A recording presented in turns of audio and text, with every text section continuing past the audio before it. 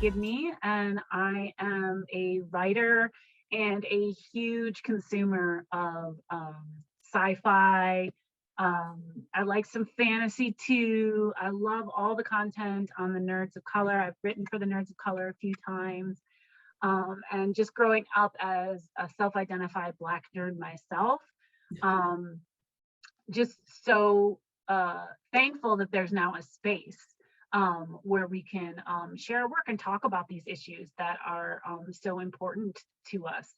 And I know that for many of us, Octavia Butler is a touchstone. She's somebody who certainly was a visionary, ahead of her time, wrote all kinds of books from Kindred to the Pattern Master series, which scared me. I have to say, scared me. But she always kept it real. That's what I appreciate about Miss Butler. And then the Parable series, Parable of the Sower, Parable of the Talents. I love her. Her short story collection might be my favorite. That might be my favorite. Blood Child. Yes. Child yes. And Other Stories. Yes. And so I'm here. I read this book just out from Dutton and by a wonderful writer and human being, Ibi Zoboi. I'm so sorry if I butchered your name. That's okay. Please say it correctly so that folks know how to say it. Ibi Zoboi. Ibi Zoboi, thank you so much. Yeah. And Ibi is here with me because she wrote this wonderful book about Octavia Butler as a writer, but as a child, right? As somebody coming into her own voice and her own vision of the world. And the subtitle is A Biographical Constellation of Octavia Butler. Ibi is she's written so many books, including American Street, which was a National Book Award finalist, My Life as an Ice Cream Sandwich, which was a New York Times bestseller. And she was born in Port-au-Prince, Haiti, and lives in New Jersey with her husband and their 3 children. So Ibi, I just want to welcome you here onto the Nerds of Color platform, and just to talk a little bit about this book and the impetus for the book. What is the big it about this book? You explain a little bit in the afterword, but I just wonder for our viewers and people who maybe normally, picking up a book would not necessarily be the first way that they would learn about somebody like Octavia Butler. Why for you? Well, like yourself, and anyone listening, I was a nerd, and I have very different, various definitions of what nerdhood looked for me as a Black immigrant growing up in New York City. And I do want to talk more about what being neuroatypical looks like for Black girlhood in certain spaces. So for me, not only was I an immigrant, I was a Haitian immigrant. The cultural differences are very wide. And I saw the world, I absorbed the world in a very different way. And I think it's so important for us to define what nerdhood looks like for Black children. It is a social awkwardness that I still carry with me into adulthood. It is a way of seeing the bigger picture. And because I still have an overactive imagination, even just small talk is just painful for me because my mind is going a mile a minute, and interacting with children who are my age was just laborious. And so when growing up, I found connections in different ways. It wasn't until I got to college that I found my people, I found my tribe. And it wasn't necessarily your typical nerd culture. Like, nobody was like wearing like the Urkel glasses and, snorting while they laugh. It was the spoken word movement. And the spoken word movement, they were cool, well-read, passionate young people. And that's a different kind of nerd. They read sci-fi, they read comic books. And it's not the spoken word that we're familiar with, talking about social, it wasn't just social justice. Mm-hmm. It was sci-fi, it was Afrofuturism, Right. it was alternative thinking. And one of the stars of that late 90s spoken word movement in New York City was Saul Williams. Mm-hmm. I remember him. Yeah. Yeah, and I was right there. Erykah Badu used to show up at some open mics that I would go to. This is late 90s Erykah Badu. You know what she looked like back then. That So it was, yes. yeah, everybody looked like that in Brooklyn at that time. And I know my friends had that huge ink ring that she carried around. And I know the jeweler, the same jeweler who created Erykah Badu's ink ring, created my wedding ring. And his name is Samaj Patah, and he was a Kemite, meaning he was a Kemetic priestess, ancient Egyptian. I can say all of this. I hope people. I'm sure many of our viewers are going to be able to like relate to this. Yes. So I don't always bring this up because it's so niche. That culture is so niche. There were Black people who were entrenched in Egyptology and not only studied it or read about it, lived it. So the jeweler, my wedding ring is the feathers of Ma'at and the waters of Nun. Anyway, I'm giving you just a sample of how we were thinking at that time. Black Nerdhood. Yes. That is Black Nerdhood. And it wasn't just trying to step into a white space. It was taking our Black culture and being like really nerdy about ancient Egyptian mythology. I mean, what? I'm in the kidlit space and I don't know anybody who knows, like, look, I have the feathers of Ma'at on my. Just have a light conversation about it with somebody like at a cocktail party. No. So you have people writing about their middle grade novels, Rick Riordan, writing about ancient Egypt and, King Tut and all of that. That's from a very entertainment, right? From a very Disney-ish perspective. Right. I have ancient Egypt right here on my wedding ring. Right. That's completely different. I know the language, I know some words, I know how to read some of the glyphs that I learned. So I'm coming from that sort of nerd culture where when we wrote spoken word, we talked about being like, being in the pyramids of Giza and able to like communicate with aliens, that sort of thing. Right. And 99 was when The Matrix came out.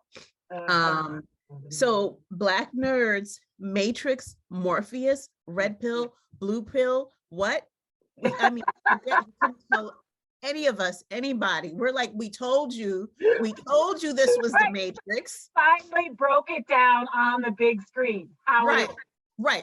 So we were in like an 18, 19-year-old. Oh, yeah. Yep. Right there with you. Yep. Yeah, you couldn't tell us this was like I'm telling my parent, like, look, this is what we're talking. We're not trying to go into the Matrix, know? Right, exactly. That's why we're writers, right? Like, we're trying to provide like an alternative to control. Yeah. And at that time, there were people who were not just like I think Blade had came out with Wesley Snipes. And I know people who were fans of even the white sci-fi, like Philip K. Dick's I, Robot and Blade Runner was a thing. And all these like 80s sci-fi, it was the 90s. Even like Lord of the Rings was a little bit later, but even that like was also too. And then I was in spaces and Nerds of Color too, popped up around there too, where it was like, if you talk about the whiteness of Lord of the Rings, right? And the colonial sort of view of some of those movies, even though you love them, it's sort of like you felt like the white nerds would get their panties in a bunch and just, what are you saying about Lord of the Rings? And it's like, what? Being a fan doesn't mean that you're not critical. You can still be critical and be a fan, right? Right. And so I mean, I feel But like, we weren't, we were critical in the way that we remixed the narrative. yes, thank This you. was later, this was much later, but when Avatar came out, Oh, yep. there were so many of us who was like, that's Haiti. That's Haiti. Oh, interesting. Interesting. Very interesting. There was like a tree, and we're like, that's the tree of life. That's the tree of knowledge. And so we did those sorts of things. You sat down at the end of the open mic or somewhere at somebody's stoop, and you just did deep dives into a certain sort of intellectualism. And man, conspiracy theories, we ran with it. Ran with it. And you kind of know, like, yeah, that's BS, but it's great entertainment, Yeah, exactly. So within that space, of course, we would be reading Octavia Butler. Okay. Of course, Octavia, not Kindred, right? Because that's what everybody reads. Yeah, right. That's like Kindred the only Octavia Butler that people know. They don't read white people. There are people who like, yes, Kindred is my favorite Octavia, but Mind of My Mind, Pattern Master. Oh my God. Those things just like, I can't even, I read those and I was like completely freaked out. I was like, who is going to like pattern my mind while I'm sleeping? Who's going to control, like, oh my God. So it's like, how people like name your favorite artists, and you could name like whatever was on heavy rotation in top 40 radio, and then you get the B-side, and the fans know the B-side. Right. So Pattern Master, Patternist series are the B-side. Right, totally. Right. Totally. So yeah, and if you know, you know. True fan knows the B-side, We were like, Kendra is cool, but did you read Mind of My Mind? That's when we can talk, right? Right, exactly. And you actually, in the afterward talked about how your journey as a writer was really actually in some very powerful ways kind of tied to Butler's work, as well as meeting her. Right? Yeah. I met her. So I give you that background to my entry into Octavia Butler was not necessarily as an avid reader. It was being entrenched in a certain kind of subculture in New York City that we had already been tapping into Afrofuturism before it was called before it was in mainstream discourse. So people had read Octavia Butler, and not necessarily Kindred. And I picked up her first book in 2000 after having watched The Matrix, and it was Parable of the Talent. So I didn't start with Kindred. Kindred was probably one of the last ones because I was like, slavery, So I started, and my favorite Butler book is Wild Seed. Oh my God, you are a real like zealot, man. Wild Seed messed me up. I can't. Yeah. What is it about Wild Seed, just nerd to nerd, that just it's so powerful for you? It's real to me because I believe in body hopping. Okay. Fair answer. Yeah. It is slavery. It is in Black power to the umpteenth. Imagine we had ancestors powerful enough to be like, you know what? I'm going to give up this body and go to somebody else and be somebody else. The idea of the race is a non-issue for Doro, But Doro's a megalomaniac. That's the dude, for people who haven't read the book, who just, he'll be like, you know what? I'm sick of this body. I'm going to go over here and take this body. And then it's like, you're gone. But Doro is an African man through and through. Anyanwu is an African woman. And that is the power of, I can relate it to, I think it is a metaphor for mitochondrial DNA, Wow, that's deep. Nerd, right? Is like, white supremacy, whatever. But in the, like, you can flip it on its head.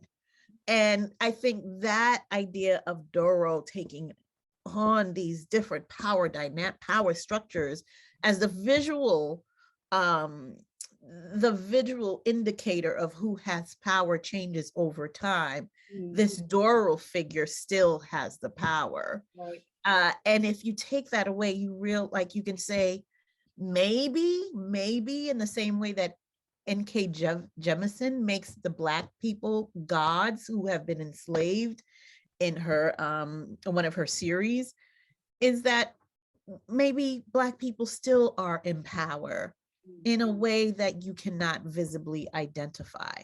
That's very interesting. And that ending is, I'm not going to spoil it for anybody. The ending flips it on the head too, because at the end of the day, without giving too much detail, it's not Doro who holds the power, it is Anyanwu. And I don't know if you remember that ending scene, somebody has to bow down and come back to the mother, the sacred mother. Yeah. Yeah. So it's you're making me want to read it again. It's got to be on my own. It's probably been 20 years since I read it, so I got to have it. Yeah, it's been a while since I've read it too. I read it twice, and a lot of those details have stayed with me. I need to read it again as a like published writer now, to look at craft. I was reading it for entertainment the second time. I was reading it for symbolism, and now I want to read it for craft. So let's can we switch gears just a little bit, Ibi? And I'm gonna throw this on you. I hope you won't be too mad at me. I would like you to read a passage. You have these beautiful, it's a slim book for folks who are thinking of getting it. It's over 100 pages, barely.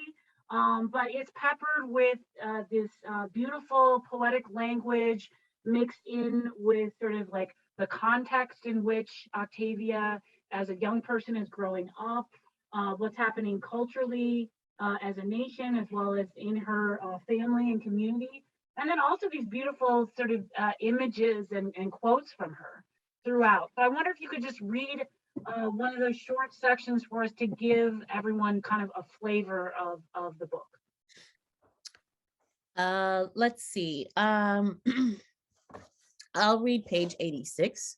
So it's poems. It was very hard to think about how to write a biography about someone who lived the life of the mind, right? How do you excavate that mind?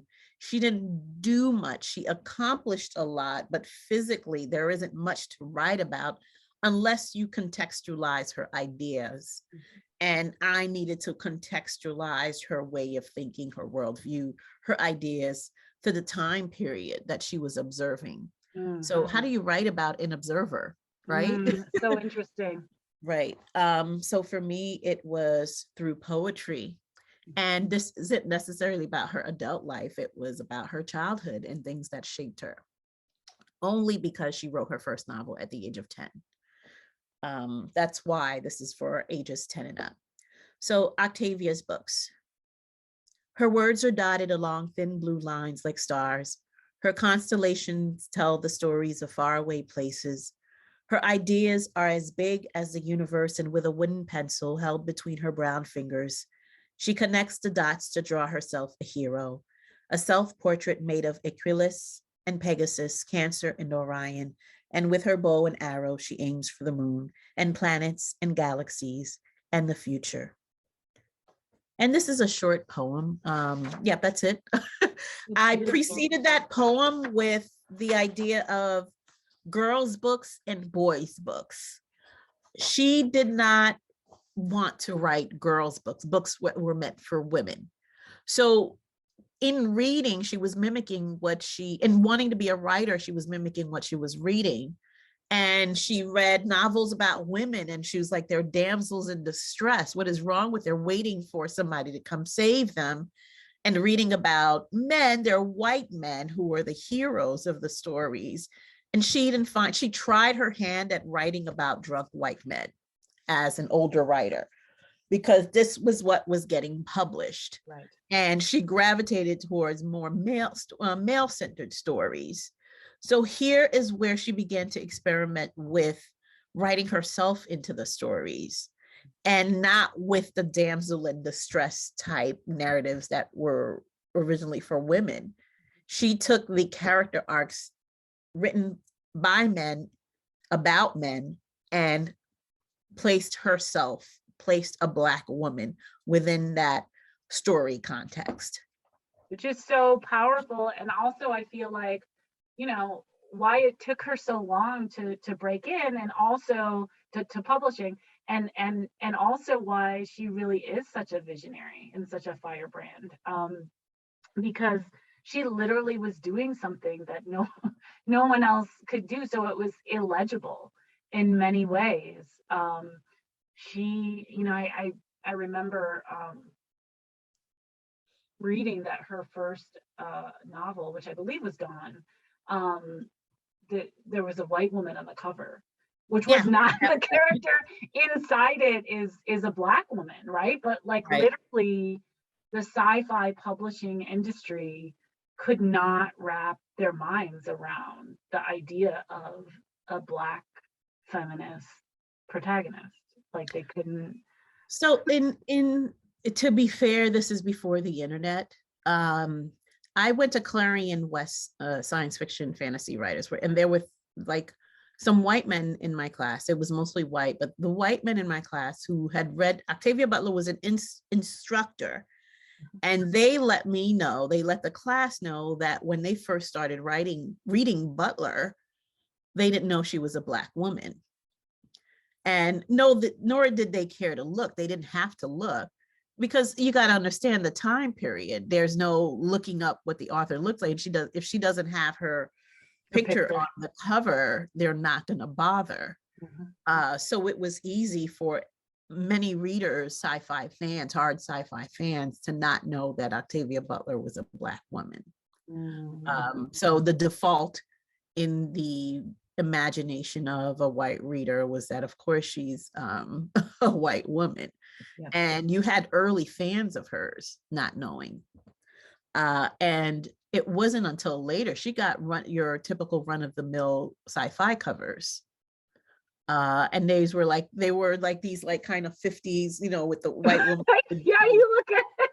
And they got to do something with the alien. They got to be in action, right?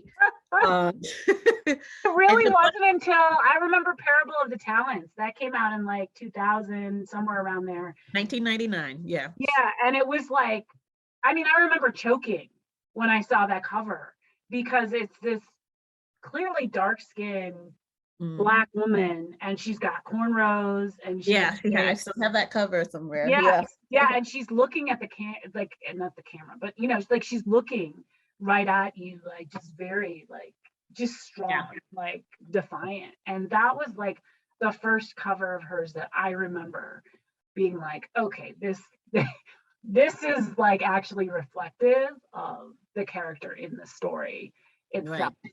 Right. Which is interesting. So can you also talk about, the choices that you made in the format, of writing the book with the poems, and then you talked a little bit about this already, and then you call it a biographical constellation, what that means, and also just your writing process. Like, what was it like to go through and write this? This was a long process. I sold this book to Andrew, my former agent sold it to Andrew in 2015. Oh, wow. It was part of a 2-book deal. And I struggled with this. The poems were, some of them were already intact, but this was supposed to be a picture book for young people. Oh, really? I didn't know that. Yeah.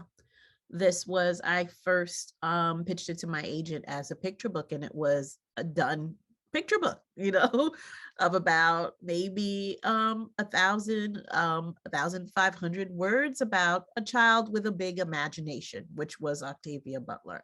Right. And your kind of like almost run-of-the-mill Black history type. You should know about this person. Right. But very lyrical language. And some of the feedback I got was that it was too abstract, or we don't know. She doesn't have that much of an appeal. Mm-hmm. So this was 2014, and it wasn't until 2015 that it actually sold. Mm-hmm. So at that time, she wasn't on social media. There weren't memes about her or anything like that. She wasn't on t-shirts. although she still had the follow a certain following, but the following grew over the past recent years. So the poems were there as a like me expanding. Someone had asked, like maybe it was an editor, had asked to expand some of the poetry, and they became some of the poems on here. And the essays were originally captions. And it was Andrew, our editor, Andrew Carr at Dutton, who suggested that those captions become full out essays. And the essays are short, but the essays are meant to not necessarily explain the poems, but give context for the poems and context to her life. So you have poems, essays, and quotes and photographs to build a constellation, to just build this portrait of Octavia Butler. And it's not a portrait, it's just, you got to borrow here, add something from there to create this body of ideas that encapsulate what possibly could have influenced who she was and what kinds of things that she wrote about. That's fascinating, and it really feels like these little morsels as a Yeah. reader that you're taking in as you go through the book, very nourishing morsels. And I wonder, I don't want to make this too long. I just wanted to have like a little conversation with Ibi, because I was so happy that this book is out now. I have 2 Black children myself, who I'm raising as Black nerds. And so this will be a very important book to put in their hands. So thank you for having it out in the world. I wonder if we could just end with you maybe, again, putting you on the spot again and finding one of those sort of micro essays. And maybe also, I loved the quotes also that you have from Butler herself, which just give the book just so much resonance, I guess. Okay. So here's a quote. This is part 3, adulthood rights, I call it, because she has there's something called rights. Do you know that book? In Imago, Mongo, yeah. Something rights, yes. Yeah, I forget the name, but I know exactly what you're talking about. Okay. So she says, so then I write science fiction for a living. One of the questions I heard most often was, what good is science fiction to Black people? And okay, here's a quote before that. I've been telling myself stories since I was 4 years old. When I was 10, I began writing them down. And when I was 13, I discovered how to submit stories for publication. And I began bothering editors with my stories. I got them back by return mail, of course, with rejection slips. But that's how old I was when I knew that this was what I wanted to do for a living. Octavia E. Butler. And I'll read this last poem, which is called Stories. And it kind of mirrors a poem that comes earlier. I think it's called Work. And I'm describing the work that her mother did. Her mother was a living domestic or a maid. And to go from that to, being on the floor, I wrote some poems about dust because her mother was a maid and then her father was a shoeshine man.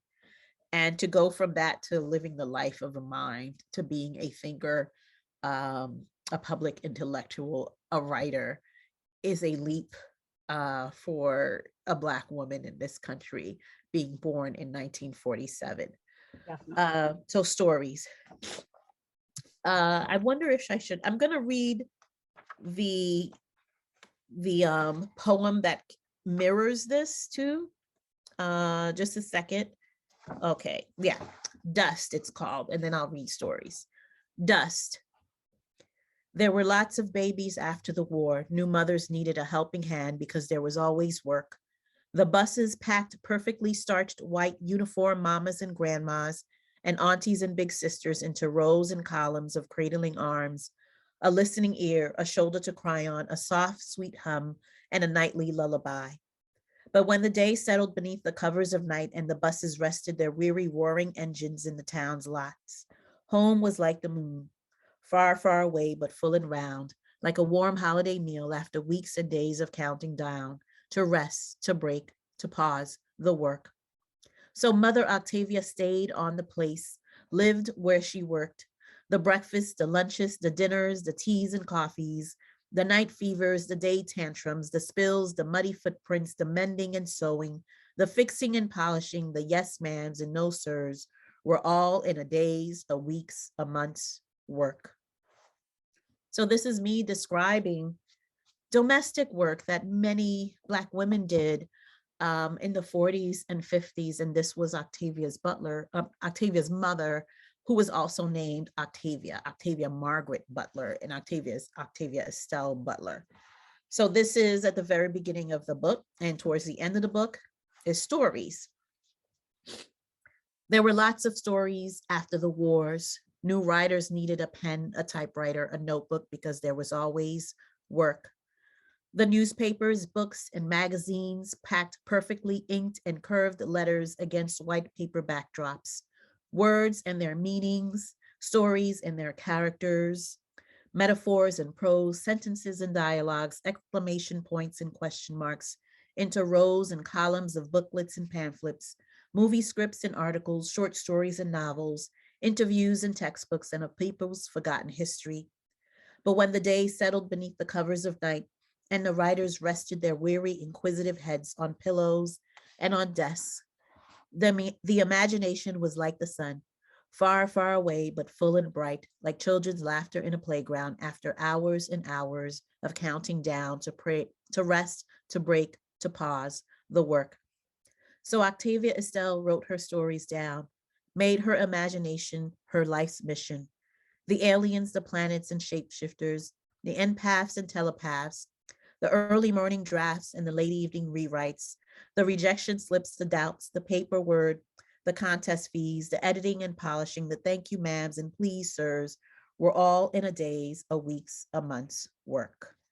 Thank you so much, Ibi. It's just such a beautiful book. Thank you. Sorry, I got a cold. No, I feel for you. I just got over mine about 2 weeks ago, but it had me down for something else. But we went through a screen, and I'm fine. Yeah, I get it. I know. I had one for 5 weeks, and I tested myself every single week, and it was a cold PCR test. It's a cold. I mean, there's some bad colds out there that aren't COVID, so I get it. Yeah. Anywhere books are sold, your library, of course, support your local independent bookseller. Get the book, read it, talk about it, love up Miss Octavia Butler and Ibi Zoboi. Thank you. Thank you so much, Shannon. Thank you, Bye. In the lectures, fanboys, professional artists, and professors. Maybe a nerd who's just like you, talking about the things that you like too. So I invite you to the NOC in full